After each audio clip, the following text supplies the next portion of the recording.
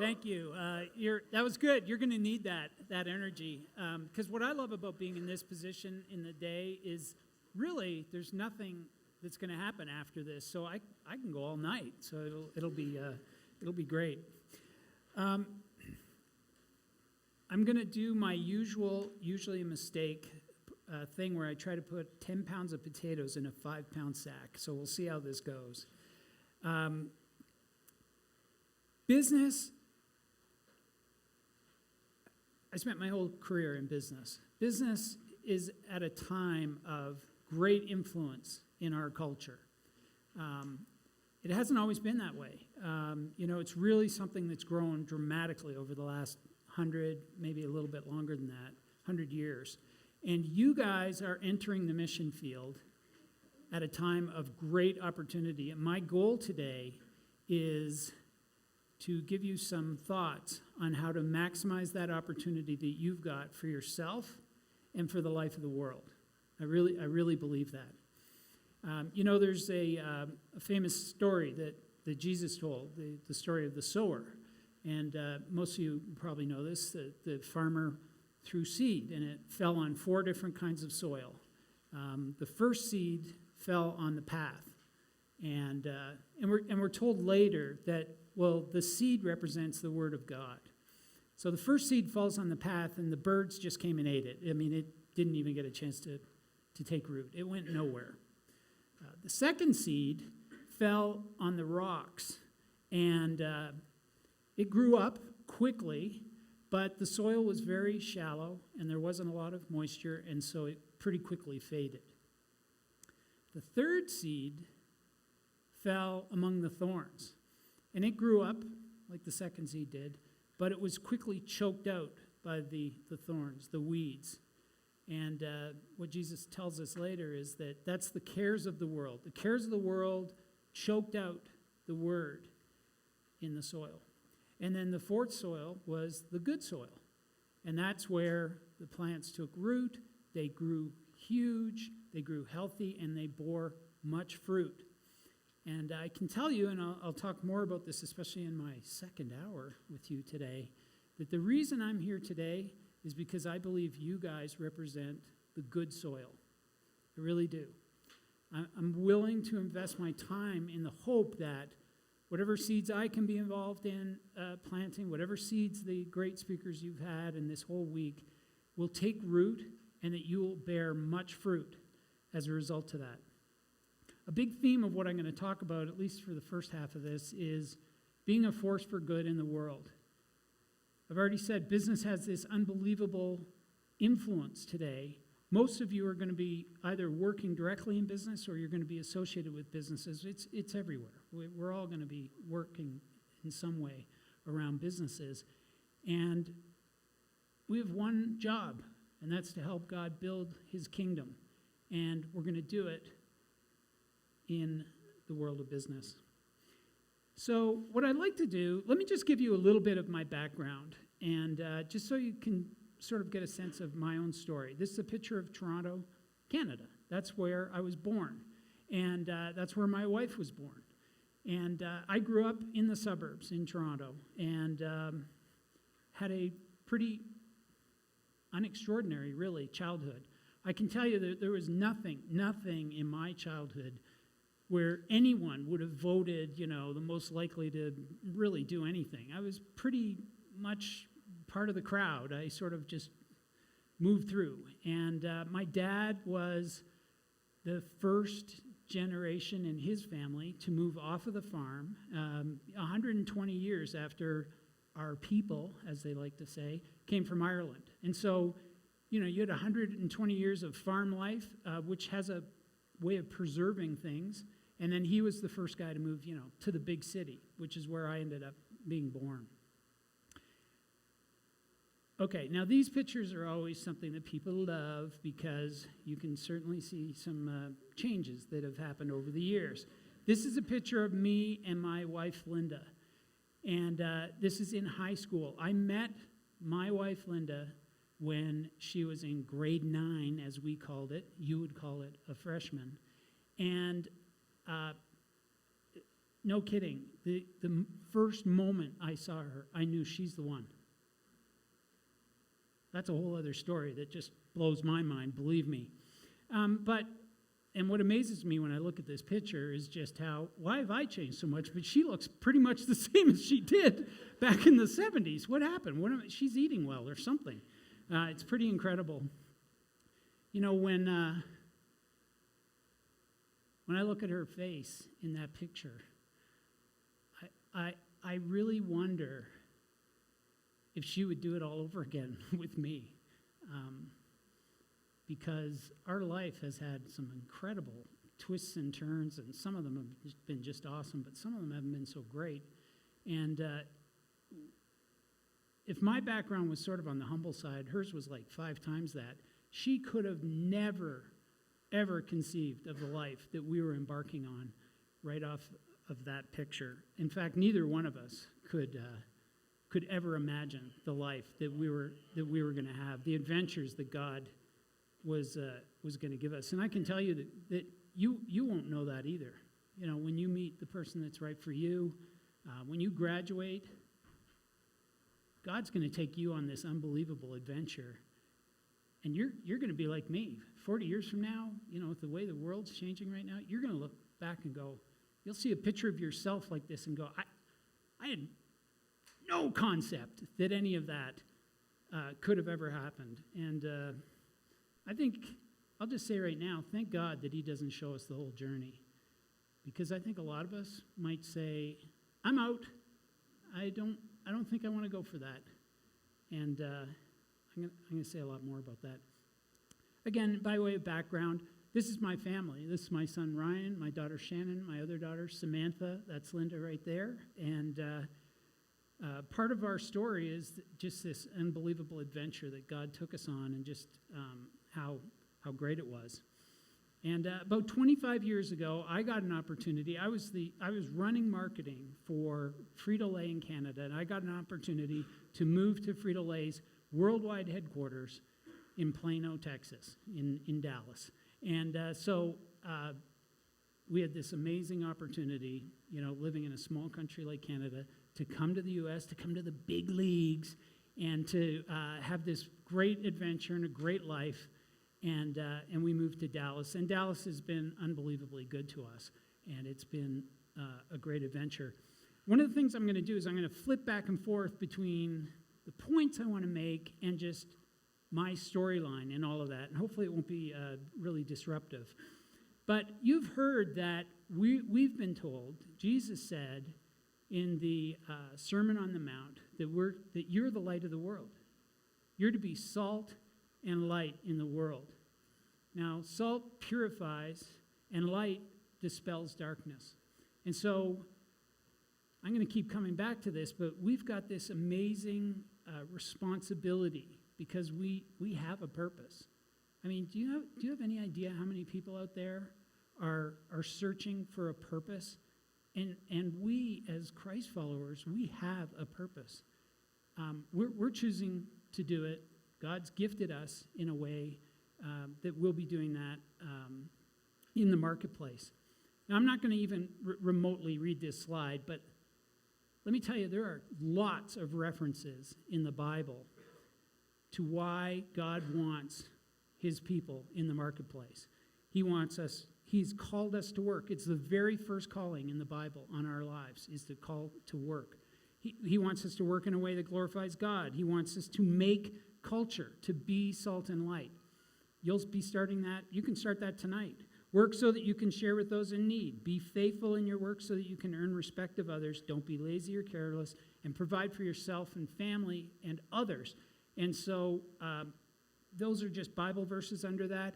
But God has called us to work, and he's also called us to be salt and light, and we know our purpose is to help him to build the kingdom of God. And so we're disciples. That's why I said you're going into the mission field in the marketplace. So what does God want in the marketplace? Well, he wants disciples. Give us people of all professions who are first and foremost disciples, skillfully disguised as accountants, merchants, managers, entrepreneurs, teachers, and even marketers. Men and women who see their calling to be game changers for the gospel. God is at work right now in our workplace, and he wants you to join him in that work. So we've all got an assignment. Back to my story. I've had the opportunity to work in some unbelievably big, successful, visible companies. I started my career at Procter & Gamble, up in the top left corner there, selling Pampers diapers at a time, believe it or not, you guys, nobody in this room probably knows this. Babies used to wear cloth diapers. You have no idea the amount of work that, frankly, the average woman had to do when they had a baby just dealing with the diapers. I mean, today it's not easy.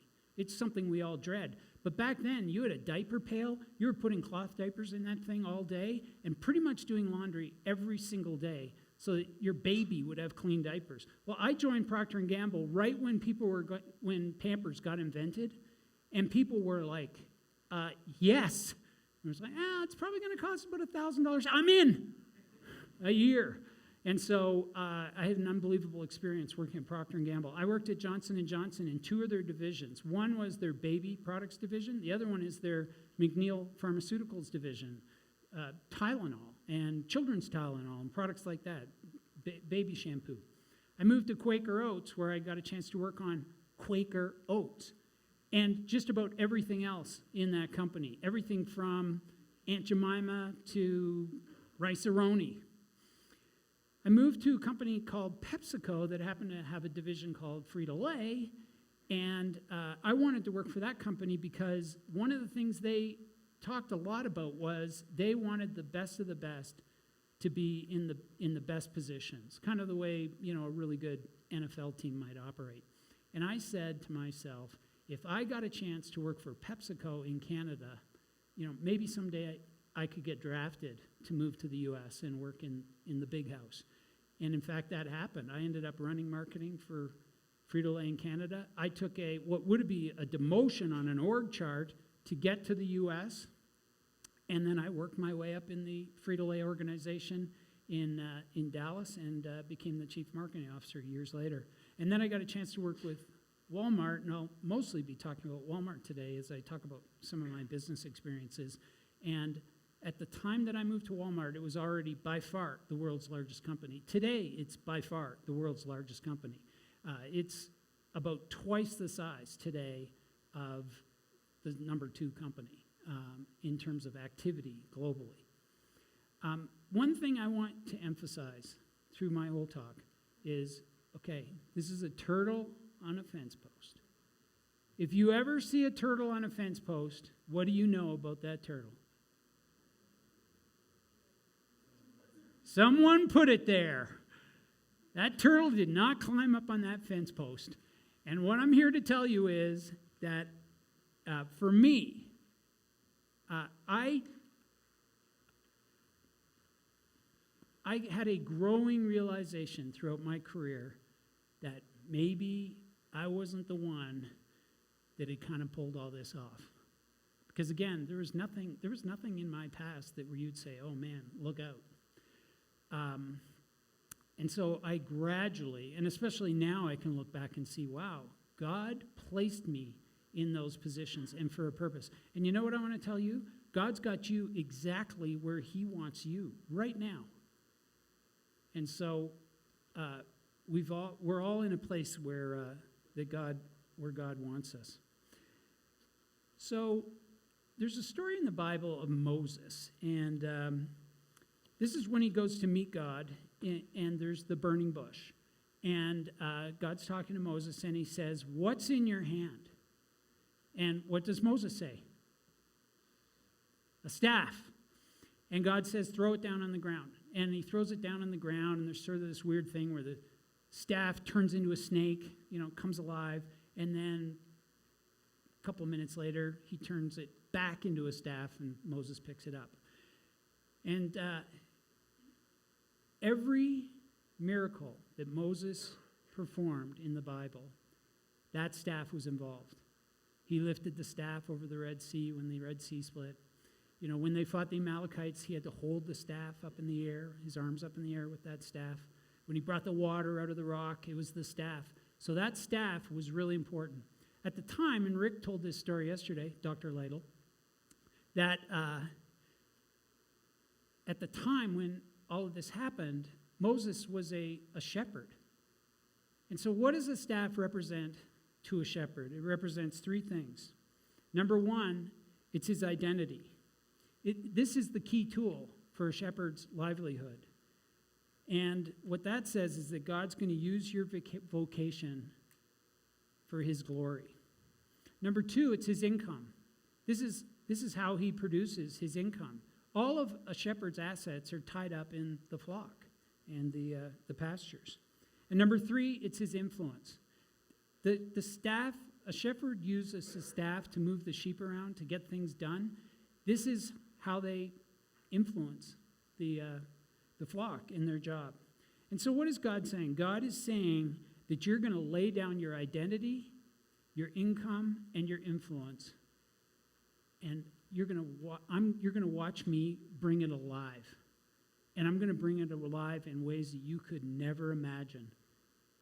And it's going to be for God's glory. What does a football player have in their hands? Football. And so if you are a football player, if you're good at that, if you've trained for that, God's saying this is going to be where your identity, your income, and your influence is going to come from. Turn that over to me and I'll show you how I can use it for my glory in amazing ways. And so the question to you is, what does God put in your hands right now? Oswald Chambers said that if you can't bloom where God's placed you, you're not going to bloom anywhere else. And so it's really important for each of us to look at what has God put in my hand. And so we're all headed out into the marketplace. God's put things in your hands, and he'll put things in your hands, people, experiences, talents that you have. And if you just are faithful to him, he will bring that alive in ways that will just absolutely amaze you. I've spent most of my career in marketing, and the media world has always been at the center of marketing. And I'm just going to make a small point here, and then I'm going to move on, that media has had this unbelievable power in our culture. Again, I didn't go into this with some blueprint saying, marketing and media is going to become much more important. Business has more influence. God's given me a heart for these things, so he's expecting me to use this for his influence. But I can see that very clearly now, looking back. Among all the things that have changed culture, media is right up there in terms of what it's done, whether it be the invention of you have no printing press, you have no Reformation. There's a picture of Mark Zuckerberg here for good and for evil. Look at what Facebook, the impact that's had on all of our lives. Steve Jobs creating this device that had this unbelievable media potential. I mean, there's no way even a genius like him could have had any idea the impact that would have on society. There's this kind of a genius in the 1960s who studied media, and his name was Marshall McLuhan, Canadian, and he predicted a number of things that were unbelievably powerful and have been proven true about the impact of media on all our lives. And the biggest one is the medium is the message. And what that means is that there's the communication that you intend, the words you wrote on the page, but then there's the medium as well. And the medium is a powerful part of the message. Now, I could go into a whole bunch of media stuff here, but this isn't a media class. But as Christ followers, we know this to be true. Because what happens at the very beginning of the Gospel of John? The Word became flesh. So there's the Word, the content, but there's also the flesh. God became a man. The medium was so powerful. So you have a bit of background of me, my career, the kinds of things I've done. Now I'm going to take it right back to when I was at Frito-Lay here in Dallas, in Texas, and some of the experiences that I've had. This is a picture of my wife, Linda, and myself. That is in an amazing resort And that picture was taken by somebody else, a business colleague of mine, at a conference that we were at with PepsiCo. It was unbelievable. We ate lobster. It was fantastic. And so at a pretty young age, when I was running marketing for this unbelievably big, successful company that dominates in snack foods around the world, I had a pretty good life. And God intervened to change a lot of that. And before I'm finished this whole evening, I want you to understand a bunch of the things that God did through these experiences that I had no idea that it was part of his plan. But the first part of it was that I got a call from a recruiter who told me that Walmart, the world's largest company, at the time I'm at Frito-Lay, this is our largest customer by far. For most packaged goods companies like Frito-Lay, Walmart represents about 25% of their sales. 1 out of every 4 bags of chips that are sold in the United States are sold at Walmart. So I was very aware of Walmart at this time. I mean, everybody was. It was an unbelievably big, influential company. And I got this chance, this recruiter said, they were interested in recruiting me to Walmart. Well, what's going on? What are they looking for? Well, they've figured out they're not good at marketing, especially brand marketing, and they want to get good at it because they were, at that time, incredibly good at a whole bunch of things. Merchandising, logistics, even information systems they were in the top 3 in all of those. But not so for marketing, and so they wanted to get good at marketing. And I had this phenomenal life going. My family loved living in Dallas. Everything was great. And I thought, on the one hand, I don't really want to change. I mean, I kind of want to ride this out. I'm living my dream. On the other hand, it's Walmart. I mean, it seems like it's just maybe the biggest opportunity that could ever just kind of land in my lap. Not a coincidence, as I later found out. So I go there, I interview, I'm intimidated by them. It seemed to go pretty well. And there was this break in the middle of this day, a full day of interviews. And they said, hey, we'll give you a break so you can just take a breather, go get lunch, whatever you want. And in Walmart's in Bentonville, Arkansas. It's this really small town, even to this day. And it's got this little town square that looks like a million little town squares in small towns in America. And I sat there in my rental car, and I looked across the street, and this is the Walton 5 and Dime. That is where Walmart started, is in a 5 and Dime on the town square of Bentonville, Arkansas. And I just stared over at that store with its, about 1,000 feet of retail space. I mean, not even as big as most homes that I've lived in. And I'm sitting in this car, I'm looking across there, and I'm like, what? What could have possibly happened inside of that building that created the world's largest, most influential at the time company? And right there, sitting in the town square, I realized, I don't know what it was, but I want to be a part of it. It's got to be pretty unbelievable. And so I joined, and we went through the disruption of moving. My 2 oldest kids were already starting to move into college years, and so for them it wasn't so disruptive. For our youngest daughter, Samantha, it was very disruptive. For my wife, when I think about it, you just don't grow up in Canada in a suburb saying, if I could just get to Bentonville, Arkansas, that's the dream. And for her, and it makes total sense, what we had already achieved at PepsiCo and this, great income, great lifestyle, living in Dallas, she's like, why do we want to disrupt that? But I just, I sold her on this dream, and it was like, I just have to do this. I have to find out what it's all about.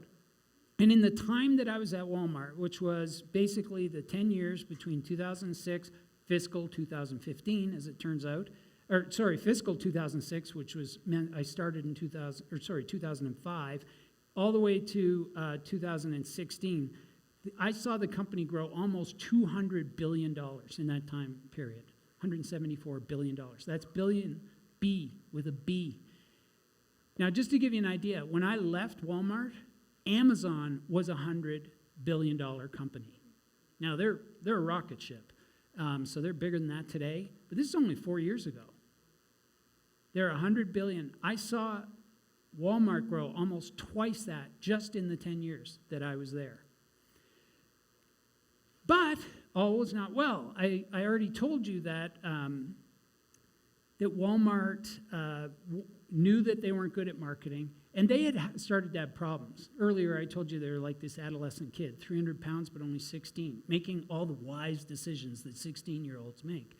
And so a lot of this stuff was starting to play out in the company, and some of the leaders were wise enough to say, this momentum is really slowing down. We're starting to have all kinds of problems. These are just an example of some of the things that we were facing at the time as a company. Now, I was fully aware of this. You know, I had people, even my dad said, well, are you sure you want to join Walmart right now? It seems like maybe their best years have already happened to them. But I jumped in, and they had this real bully image. Walmart grew up as this David slaying these Goliaths who were basically ripping off people, especially in small towns, and it was bringing unbelievable prosperity, quite frankly, to a lot of these towns and making things possible for people that only people in the city had. So this David kind of a caricature, this feeling that they had that they were David, slaying Goliath on behalf of their customers, that had started to change where everybody was saying, you're not David, you're Goliath. You know, you're destroying the downtowns in all the towns in America. You're beating up on suppliers. You're exploiting customers. So there's just a huge number of issues that played out. And as you guys are very well aware, this has not really fully changed. You know, some other companies have kind of grown up and maybe grabbed some of those headlines, the Googles, the Facebooks lately. But Walmart still has that reputation. In fact, here's an article that was just this year before Christmas. People more likely to believe in hell after shopping at Walmart. So this is something that's existed for a long time. That's like Barna Research. I don't know how many of you know Barna Research, but they always do these correlations like, hey, people who read their Bible every day seem to cope better in the world. Well, this was the same kind of a thing. People who shop at Walmart have no problem believing in hell. All right, some of that was tongue-in-cheek, but it's a reputation that's followed the company for a long time. So when I got there, I'm a brand marketer, and that means, you know, talking about what's the purpose, how do we really condense that down, how do we focus that, and then go do something powerful with that. And so that's what I started to do. And believe me, that was incredibly rich soil for us because the company didn't have that kind of discipline at the time. This is something Sam Walton said, the best part is if we work together, we'll lower the cost of living for everyone, not just in America, but we'll give the world an opportunity to see what it's like to save and have a better life. This was Sam Walton. He was an unbelievable business legend. And, you know, Walmart is a company that when I joined it, I mean, if you had 10 years experience at the company, they were calling you rookie. I mean, people had grown up inside of the company. And there was very little turnover. As you can imagine, you're in Bentonville, Arkansas. You work for Walmart. I mean, you're not going anywhere. So people like me, when we were brought in, almost had a target on our backs. And it took years for us to get credibility. So I can tell you, the one thing that I did that I look back and was like, wow, that was a good call, was we had this reputation as our whole advertising campaign for 20 years was low price, always low prices, always. And so it was a promise that we have low prices, which was true. I mean, it was very true. But it kind of was very transactional. If you want low prices, that's what we have. What else do you have? Nothing. Not a good experience, that's for sure. And so my job was to find something more meaningful, that had a deeper purpose as part of that. And instead of, you know, hiring an ad agency and coming up with a bunch of slogans, what we did is we dug into what I think of as the DNA of the company. And nobody is more revered inside of Walmart than Sam Walton. I mean, this is one of the greatest business people, greatest entrepreneurs who ever lived. And so he one of the last things he said in public actually was this thing: we'll give the world an opportunity to see what it's like and to have a better life. Boom, there it was. That was the inspiration. And so what followed from that was a new tagline, a new logo, save money, live better. Now, if you're in finance in this group, right now you're already kind of rolling your eyes because you're like, these marketing people, like, it's so obvious. You know, why do they make it sound like it's so sexy or cool or something like that? But I got to tell you, that was a really long process getting to that, and then lots of consumer work, lots of research. But the beauty of it was I didn't have organ rejection inside of the company because I always said, I didn't come up with this. This was Sam Walton. He said this when he was getting the Medal of Honor from President Bush, quite frankly, in 1992. So it was pretty amazing. And what we did, over the years, I've created probably dozens of these brand purpose videos. And I'm just going to show one of them to you now so you just get a sense of how you bring that to life, or how we did.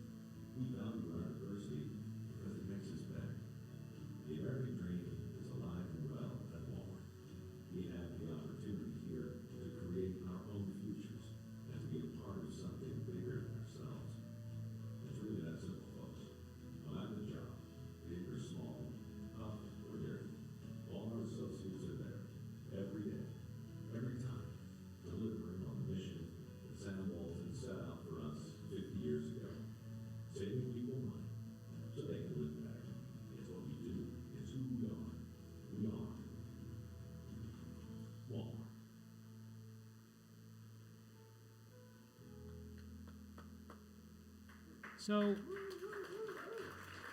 thank you. A huge part of a marketer's job in a retail organization or any service or organization is to convince your own people to live up to a high standard. And one of the things that I'd emphasize is that for a Christ follower, you're not always looking for, how can I sneak the gospel into every, TV commercial or something like that? Because it's kind of obvious and it would, it's problematic. But you can have values, kingdom values, that you work into every single piece of work. And people want a purpose. They want to be part of something bigger than themselves. We all know this. This is the ad. This is the very first ad we made with this new. So we had this always low prices. This smiley face would go around slashing prices. That was the ad campaign, to this now save money, live better, a much bigger, bolder kind of purpose. This is the ad that we used to launch that campaign.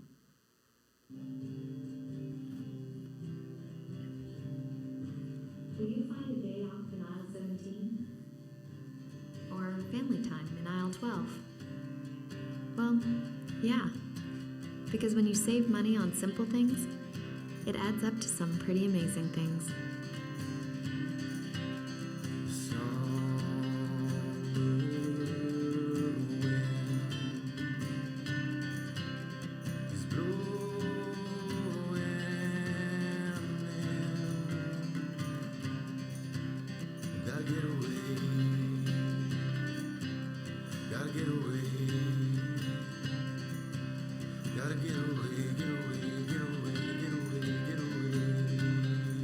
Walmart saves the average family $3,100 a year, no matter where you shop.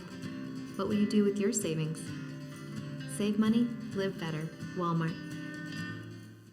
We worked on incredible analytics to prove that $3,100 savings by the average family.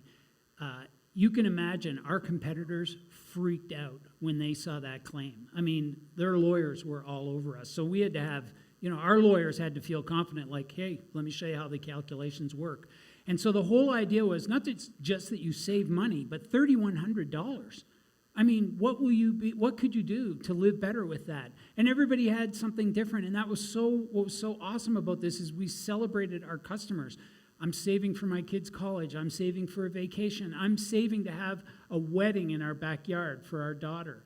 And so over the course of several years, we were able to tell all of those stories of our customers in terms of what they were doing with their savings. And I don't have time today, but literally every year that I was at Walmart, there were probably like 3 big things that happened in that year. And we, marketing, were at the very center of a bunch of those. We did stuff on American jobs. And I really believe we did stuff for veterans, where we had a thing called the Welcome Home Guarantee. We would guarantee you a job. If you were honorably discharged, you have a job at Walmart. You don't even have to interview. You will have a job. And so I really believe that great brands don't just talk, but they do something. And that was the big activism. Walmart's marketing department was probably 200, maybe 300 people at our peak. But Walmart has 2 million associates. And so for us, 200 people to have influence with the 2 million people, it wasn't about just great ad campaigns. We spent $1 billion on advertising, $1 billion a year on advertising. And that was pretty big in the US. I mean, that does have an impact on people, but for a company that is almost $500 billion in size, it's pretty peanuts, believe it or not. The biggest thing we could do in Walmart in marketing was actually to drive that purpose to every single associate in the company and to come up with ideas that the company would do that would make a difference in the lives of our customers. I'll just show you, and this is where some of the being a Christ follower can be different when you do a role like that. I mean, you can be the head of marketing for Walmart and not be a Christ follower, but how you tell these stories might be very different. This is our American Jobs initiative, where we're really trying to create jobs for Americans, and how you tell that story is maybe different. When I was born, doctors said that I had a condition that affected every part of me, from my body to my brain. When you're like me, people don't always give you a chance. They put me in a different school. They put me on a different team. They taught to me in a different way. But I never wanted to be treated any differently. I wanted to be independent. So I learned to drive. I love sports. So I took part in any way I could. When my condition became so bad, I lost feeling in my legs. I learned to walk again. And when I wanted to work, I got a job. It's a struggle every day. I still get up because work makes me feel that I'm reaching my goals. I'm part of a team. And I get to give back to my family. My whole life, people have been telling me I have a learning disability. I guess they're right, because I never learned how to give up.